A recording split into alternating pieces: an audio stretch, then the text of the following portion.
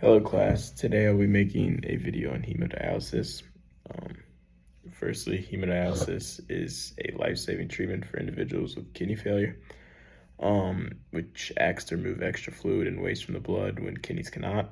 The patient is hooked up to a dialyzer that cleans the blood and returns to the body, function as a substitute for the continuous filtering of our filtering that our natural kidneys perform, because it must make up for the constant natural process that our kidneys are doing. This treatment requires a significant time commitment, basically like a part-time job consisting of 3 sessions per week lasting 3 to 5 hours each.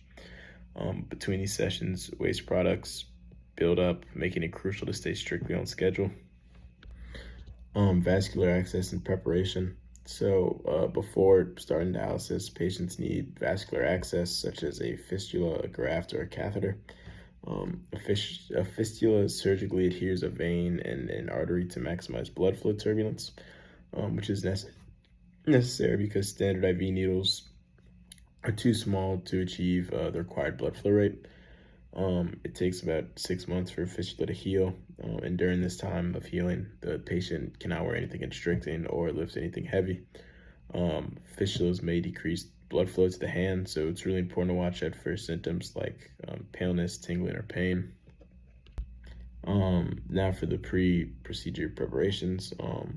Before the procedure begins, it's important to check vital signs like blood pressure, get the patient's weight, and monitor anticoagulant and electrolyte levels. Also, patients should not take certain medications prior to dialysis that take a long time to digest or that are going to affect blood pressure. During the procedure, during the hemodialysis procedure, the rate and type of fluids entering the body can be adjusted depending on the patient's specific needs. It's also very important to keep protamine sulfate at the bedside in case the patient begins to bleed. This medication is also necessary in the event of an unseen hemorrhage or a sudden drop in blood pressure.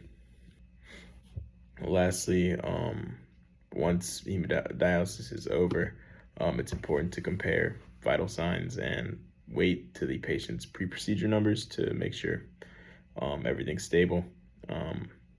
And finally, hemodialysis has several side effects. Low blood pressure is a common one, which is usually accompanied by shortness of breath.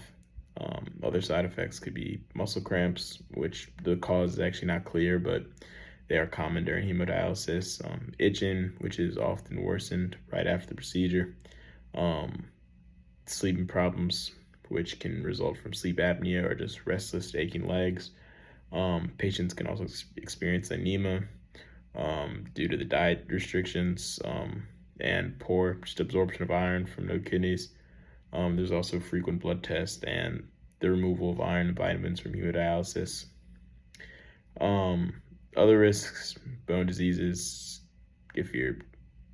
are just from not being able to process vitamin D, high blood pressure, fluid overload, inflammation of the membrane surrounding the heart, high or low levels of potassium. You can have access site complications. Depression is reported a lot, and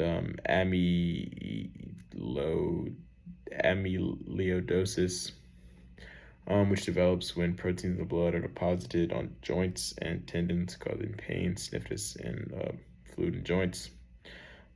That's about all I have today. Thank you for watching.